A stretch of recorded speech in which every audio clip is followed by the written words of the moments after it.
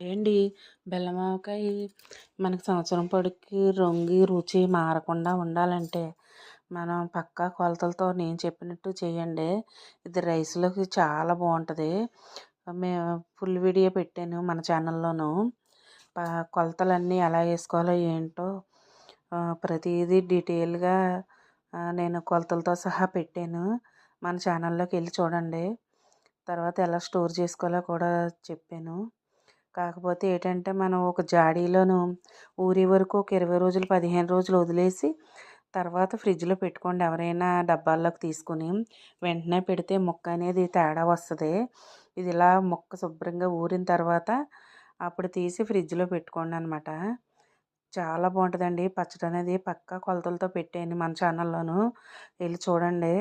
ఇలా ఎవ్వరు పెట్టరు మేము పెట్టినట్టు. Bye friends.